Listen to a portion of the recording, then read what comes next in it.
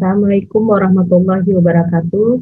Puji dan syukur kita panjatkan kepada Allah Subhanahu wa Ta'ala yang telah memberikan kesehatan kepada kita pada hari ini. Selamat pagi. Saya Apri Santi akan menyampaikan tugas ujian akhir semester dengan mata kuliah Etika Profesi Kesehatan. Tugas makalah saya berjudul Analisis Yuridis Pembangunan Rumah Sakit Khusus Infeksi di Pulau Galang, Kota Batam sebagai bentuk pelayanan kesehatan publik terhadap pasien COVID-19. Dengan mata kuliah Etika Profesi Kesehatan, tugas makalah Etika Profesi Kesehatan dengan topik Analisis Yuridis Pembangunan Rumah Sakit Khusus Infeksi di Pulau Galang, Kota Batam, bentuk pelayanan kesehatan publik terhadap pasien COVID-19. Pemerintah pusat berencana mendirikan Rumah Sakit Khusus Infeksi di Pulau Galang, Kota Batam, Kepulauan Riau. Rencana itu didukung oleh pemerintah Provinsi Kepulauan Riau karena menganggap akan menguntungkan rakyat Kepulauan Riau, khususnya warga Pulau Galang. Dengan adanya Rumah Sakit Infeksi di Pulau Galang, Kota Batam, maka akan memudahkan warga sekitar berobat, sehingga tidak perlu jauh-jauh ke daerah lain. Rumah sakit yang direncanakan dibangun di Pulau Galang itu tidak hanya untuk menangani pasien COVID-19, melainkan infeksi lainnya yang disebabkan virus dan bakteri.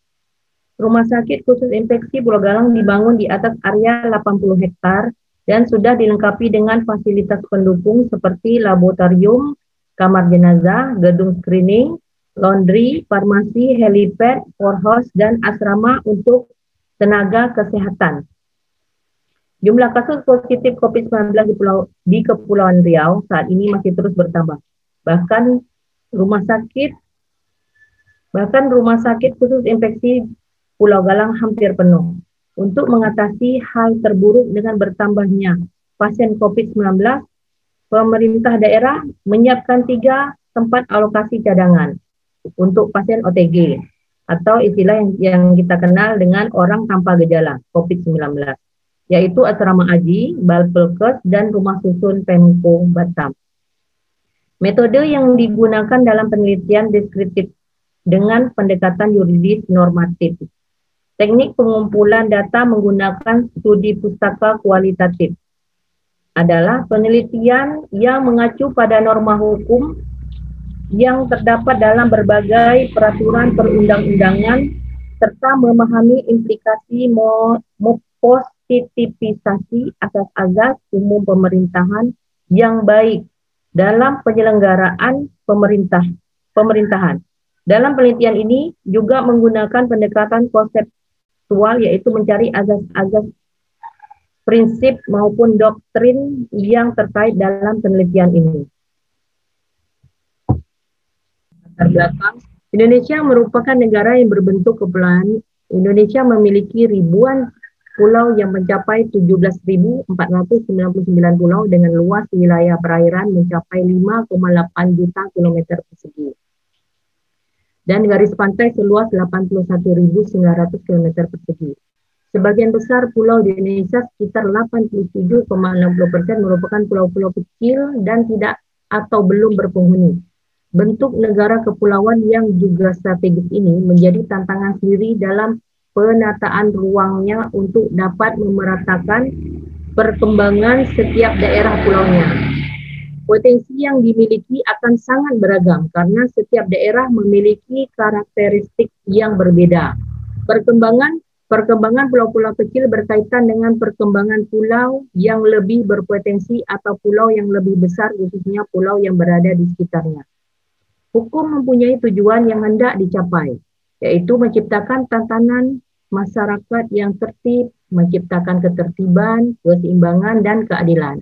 Mukhtar Kusumawijaya mengatakan dengan tercapainya ketertiban di dalam masyarakat, diharapkan kepentingan manusia akan terlindungi. Kehadiran hukum menurut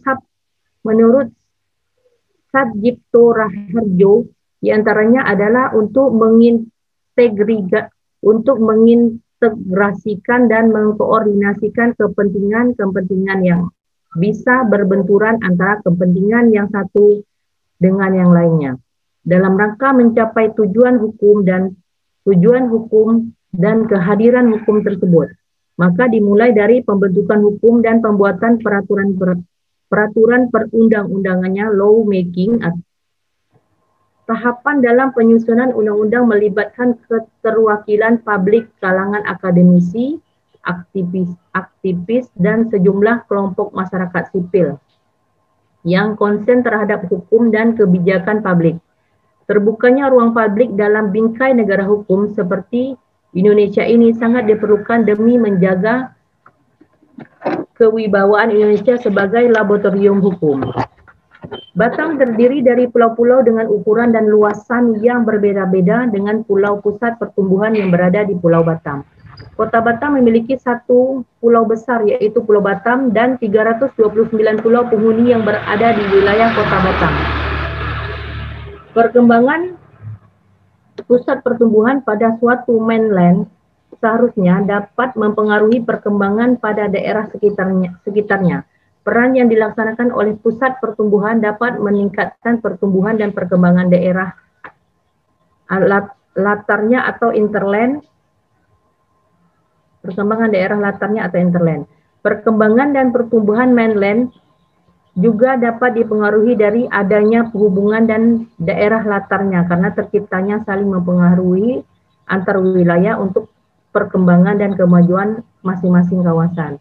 Kota Batam terbagi menjadi 12 kecamatan, 9 kecamatan di daerah mainland dan 3 kecamatan di antaranya merupakan kecamatan yang terletak di Pulau Kota Batam, di luar Pulau Kota Batam.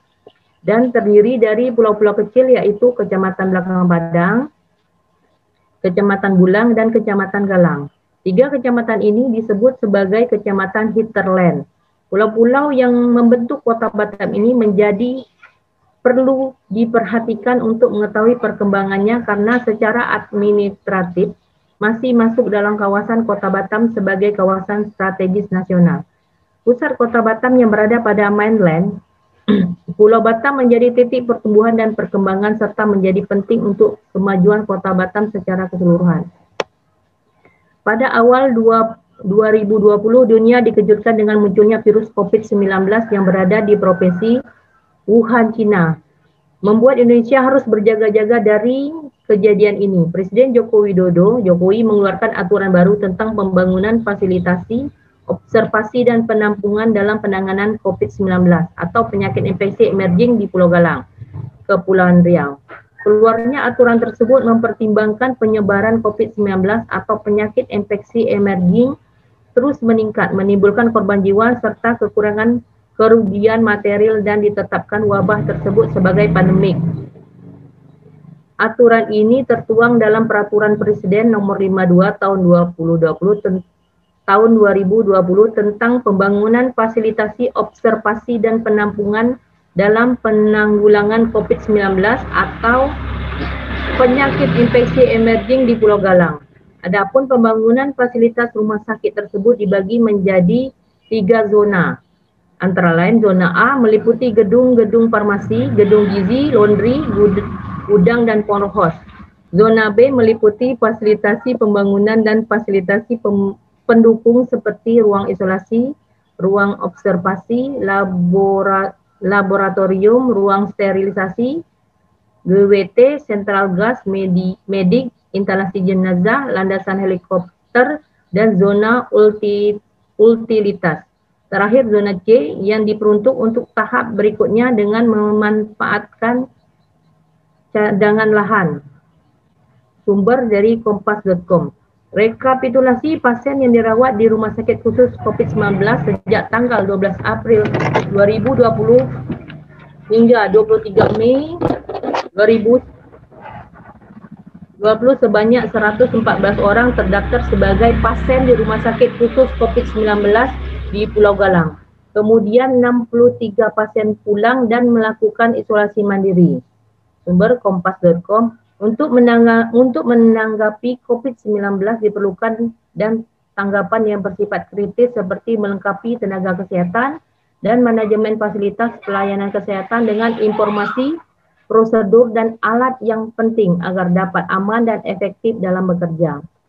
Tenaga medis berperan dalam memberikan tanggapan terhadap virus COVID-19 dan menjadi tulang punggung pertahanan suatu negara untuk membatasi atau menanggulangi penyebaran penyakit. Di garis terdepan, tenaga kesehatan memberikan pelayanan yang dibutuhkan pasien suspek dan terkonfirmasi COVID-19 yang seringkali dijalankan dalam keadaan menantang. Petugas berisiko lebih tinggi terinfeksi COVID-19 dalam upaya melindungi masyarakat lebih luas. Petugas dapat terpapar bahaya seperti tekanan psikologis, kelelahan, keletihan mental, dan stigma. WHO menyadari tugas dan tanggung jawab besar ini serta pentingnya melindungi tenaga fasilitasi layanan kesehatan. Bertitik tolak dari uraian di atas, maka peneliti tertarik untuk melakukan penelitian lebih dalam substantif dan dituangkan dalam bentuk tulisan makalah dengan judul Analisis Yuridis Pembangunan Rumah Sakit Khusus Infeksi di Pulau Galang, Kota Batam sebagai bentuk pelayanan kesehatan terhadap pasien COVID-19. Rumusan masalah, kita akan mengambilkan rumusan masalah. 1. Bagaimana prosedur pembangunan rumah sakit infeksi di Pulau Galang, Kota Batam. 2. Bagaimanakah pelayanan rumah sakit infeksi di Pulau Galang, Kota Batam terhadap pasien COVID-19. Kendala apa saja yang dialami oleh pasien COVID-19 ketika mendapatkan pelayanan dari rumah sakit khusus infeksi di Pulau Galang, Kota Batam. Metode penelitian, penelitian ini penulis menggunakan metode pendekatan penelitian hukum yang bersifat yuridis empiris, yaitu pendekatan penelitian berdasarkan data dan fakta hukum yang didapat langsung dari lapangan. Asumsi dasarnya ialah adanya perbedaan antara hukum tertulis dengan hukum yang hidup di masyarakat yang merupakan fakta. Fakta tersebut kemudian telah berdasarkan kerangka sebab akibat kaitannya dengan penelitian ini. Selain mendasar pada penelitian lapangan, penulis juga akan melakukan penelitian secara mendalam terhadap peraturan perundang-undangan yang berkaitan penelitian hukum sosiologis empiris. Teknik pengumpulan data sebagai berikut. Penelitian ini diawali dengan menggunakan data primer, selanjutnya dapat ditunjang dengan data sekunder. Data primer merupakan data yang diperoleh langsung dan sumber pertama yang representatif dan kompeten dalam permasalahan ini. Untuk mengumpulkan data primer, maka teknik yang digunakan penulis adalah melakukan wawancara terhadap narasumber yang dianggap mengetahui segala informasi yang diperlukan dalam penelitian, dan narasumber tersebut juga memahami apa saja prosedur pembangunan rumah sakit COVID-19 di Galang, penelitian, kepustakaan, studi dokumen, studi lapangan atau wawancara.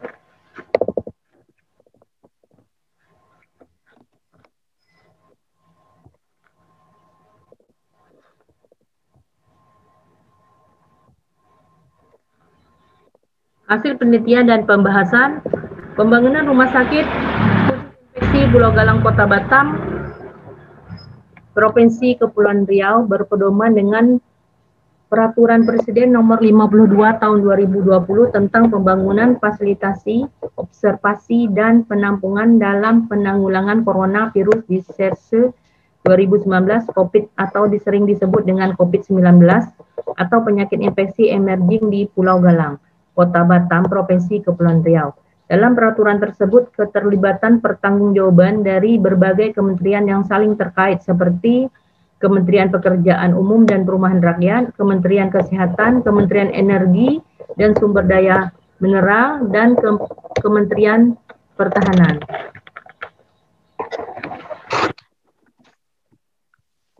Kementerian Pekerjaan Umum dan Perumahan Rakyat (PUPR) kemudian menunjuk Badan Usaha Milik Negara (BUMN) melalui mekanisme pengadaan barang dan jasa dalam keadaan tertentu. Mengenai prosedur penunjukan tersebut dikutip dari artikel darurat pengadaan terkait COVID-19 harus cepat dan akuntabel. Diakses pada tanggal 21 April 2020 pukul 13.55. Pengadaan barang dan jasa dalam penanganan keadaan darurat dilakukan dengan cara swakelola dan atau penyedia. Oleh karena Kementerian Pekerjaan Umum dan Perumahan Rakyat (PUPR) menunjuk Badan Usaha Milik Negara dalam pelaksanaan pembangunan rumah sakit darurat. Pembangunan tersebut dilakukan melalui penyedia, yaitu pelaku usaha yang menyediakan barang atau jasa berdasarkan kontrak. Selain itu, pembangunan rumah sakit tersebut dilaksanakan di atas tanah yang merupakan barang milik negara. Tanggung jawab sebagai kementerian dalam pembangunan rumah sakit darurat dalam rangka pembangunan penanggulangan COVID-19 atau penyakit infeksi emerging di Pulau Galang. Kementerian Energi dan Sumber Daya Mineral menyediakan tenaga listrik sesuai kebutuhan untuk fasilitasi observasi dan penampungan. B. Alat dan pembekalan kesehatan dan penunjang lain. Sedangkan ketersediaan alat kesehatan, pembekalan kesehatan, penyediaan farmasi dan tenaga kesehatan untuk fasilitasi observasi dan penampungan dalam penanganan COVID-19 di Pulau Galang adalah tanggung jawab Kementerian Kesehatan yang dapat berkoordinasi dengan kementerian atau lembaga pemerintah daerah dan atau masyarakat. Kemudian Kementerian Pekerjaan Umum dan Perumahan Rakyat melakukan alih status penggunaan barang milik negara berupa bangunan, fasilitasi observasi dan penampungan di Pulau Galang beserta prasarana, sarana dan fasilitas umum yang telah dibangun kepada Kementerian Pertanahan. Kementerian Kesehatan juga melakukan alih status penggunaan barang milik negara berupa alat kesehatan, perbekalan kesehatan dan persediaan farmasi kepada Kementerian Pertahanan. Kementerian Pertahanan segera mengelola hasil pembangunan fasilitasi observasi dan penampungan dalam penanggulangan COVID-19 di Pulau Galang yang dimaksud sejak dilakukan serah terima rumah sakit khusus infeksi di Pulau Galang, Kota Batam telah resmi beroperasi sejak tanggal 6 April 2020 yang pengoperasiannya berada di Tanah Pengdam 1 Bukit Barisan dengan 340 sarana observasi dan 20 sarana isolasi. Rumah sakit khusus infeksi di Pulau Galang, Kota Batam, Provinsi Kepulauan Riau merawat pasien pada tanggal 16 November 2020 sebanyak 330 pasien terkonfirmasi positif COVID-19. Jumlah tersebut berkurang 3 orang dari hari sebelumnya, yakni 333 orang, dengan rincian 185 orang pasien pria, sedangkan pasien wanita sebanyak 145 orang. Rekapitulasi daftar di Rumah Sakit Khusus Infeksi Pulau Galang, Kota Batam. Terhitung sejak tanggal 12 April 2020 berjumlah 4.875 orang pasien dirujuk ke rumah sakit lain. 19 orang yang dinyatakan membaik atau sembuh sebanyak 2.225 orang dan yang meninggal nihil. Berita didapat dari www.new Persi. Rumah Sakit Khusus Infeksi Pulau Galang, Kota Batam hanya melayani rujukan saja. Pasien yang diantar ke Rumah Sakit Khusus Infeksi Pulau Galang tersebut merupakan pasien OTG atau yang sering kita kenal orang tanpa gejala. Dari Rumah Sakit Batam menunjuk pasien tersebut ke Rumah Sakit Khusus Infeksi Pulau Galang. Jadi kalau pasien tersebut punya sakit bawaan serius tidak bisa dirujuk ke Rumah Sakit Khusus Infeksi Pulau Galang. Pasien yang punya penyakit bawaan seperti kencing manis, jantung, dan yang lainnya tetap dirawat rumah sakit seperti Rumah Sakit Otorita Batam, Rumah Sakit Embung Fatimah, dan rumah sakit lainnya. Saya mengutip cerita pasien yang mengeluh fasilitas dan pelayanan Rumah Sakit Khusus Infeksi dan pelayanan medis tidak memadai dan prosedur isolasi dinilai berbelit-belit. Ibu Dewi Anggraini, namanya disamarkan, baru tiba di Rumah Sakit Khusus Infeksi Pulau Galang pada tanggal 26 September 2020. Lalu ketika dadanya tiba-tiba sesak. Dalam kondisi nyaris pingsan, dia menyusuri lorong rumah sakit untuk meminta bantuan oksigen. Tidak menemukan suster, Dewi malah kesasar ke bangsal perawatan laki-laki. Seorang perawat di ruang itu kemudian mengantar Dewi ke pavilion perempuan. Dewi langsung meminta tabung oksigen murni, tapi perawat tidak segera memberikan. Saya baru menerima oksigen keesok harinya. Dewi dinyatakan terjangkit COVID-19 setelah 2 kali menjalani tes swab pada tanggal 22 September 2020 lalu. 9 hari sebelumnya atau tanggal 13 September 2020, hidung Dewi mulai tidak bisa membau wangi parfum. Setelah daya penciumannya hilang, tubuh Dewi mengalami demam dan batuk. Ibu Dewi tersebut sering berurusan dengan alat bantu pernapasan tabung oksigen. Tabung oksigen sangat kecil sehingga cepat habis.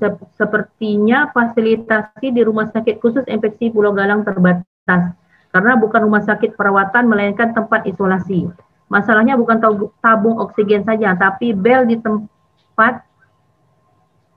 di samping tempat tidurnya pun tidak berfungsi sehingga agak sulit memanggil perawat.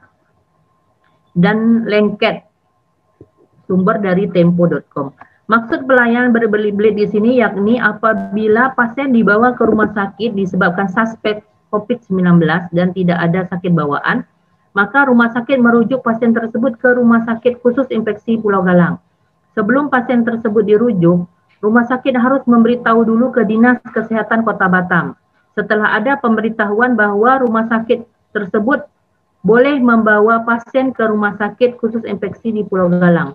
Mengapa harus memberitahu dulu ke Dinas Kesehatan Kota Batam, sementara pasien yang telah suspek COVID-19 seharusnya langsung saja dibawa. Ternyata alurnya memang harus begitu, harus melalui Dinas Kesehatan Kota Batam.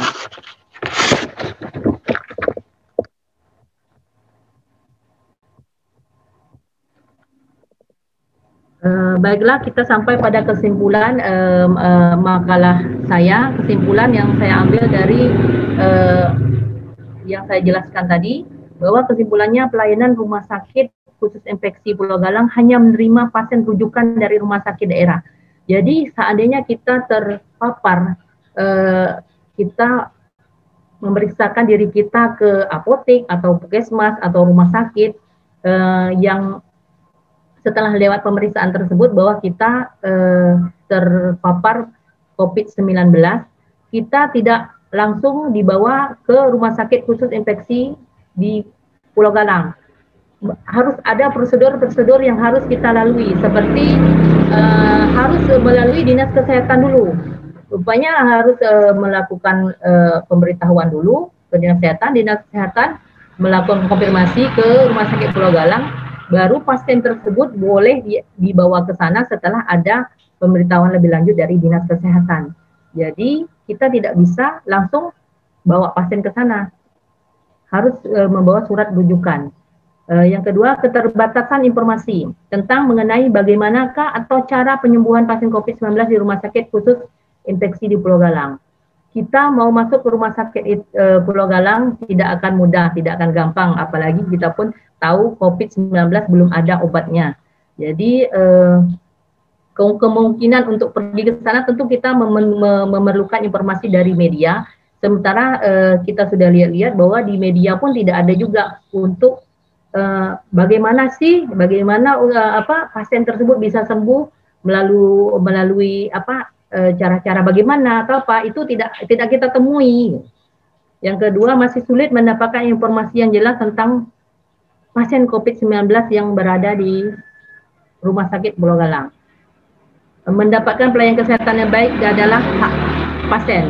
Jadi kita pasien berhak mendapat pelayanan yang baik, sebab kita tidak tahu atau awam mengenai penyakit COVID-19 tersebut. Jadi mari teman-teman, sahabat-sahabat yang berada di luar, tolong jagalah protokol kesehatan, seringlah menggunakan masker bila kita akan keluar dari rumah.